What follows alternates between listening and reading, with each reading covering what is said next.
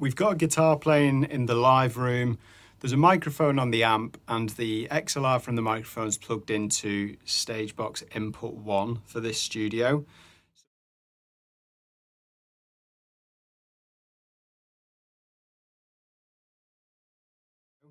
So when we come back through to the control room, we first need to prep the channel to receive the signal. So what I'm going to do is with channel 1, I'm just going to switch it on. And I'm also going to assign it an output. So we've assigned it output 1 and 2 up at the top there. For our mic input, we're going to use the solo function on the desk to see what that level is and to potentially use the preamp to raise that up. To do that, we're going to select solo here just above the on switch. And then this is another AFL or after fade listen. I'm going to raise the fader up to 0.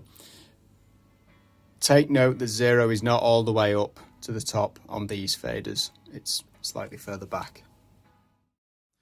Up at the top left-hand side of the desk, we've got this input section. Now there's a line switch there if we were using the line input for something. When we press that in, that red light goes off. We don't want the line switch pressed in because we're coming into the mic input. What we're going to do is we're going to use this rotary. So this is the preamp. This is for the line input. And then we've got a trim, essentially an output level after the preamp. It's this one that we're going to turn up. We're going to start to raise that. So we'll begin raising the preamp up and we're going to keep our eye on the VU meters over there.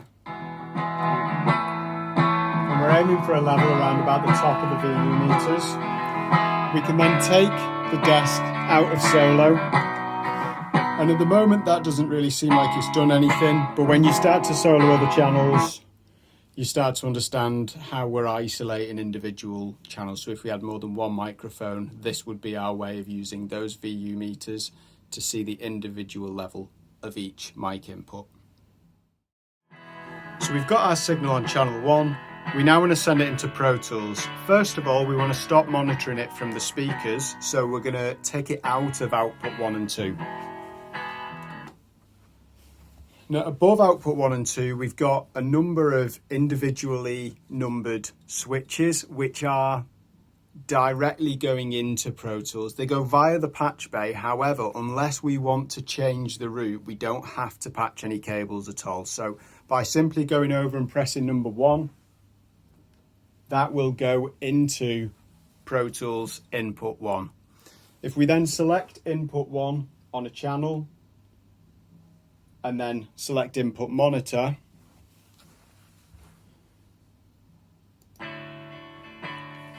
we can then see that coming into Pro Tools and we're listening to that back down the already set up monitor return that we looked at in the other video. When we come to record that signal, it's just a case of taking it out of input monitor and placing it into record enable instead.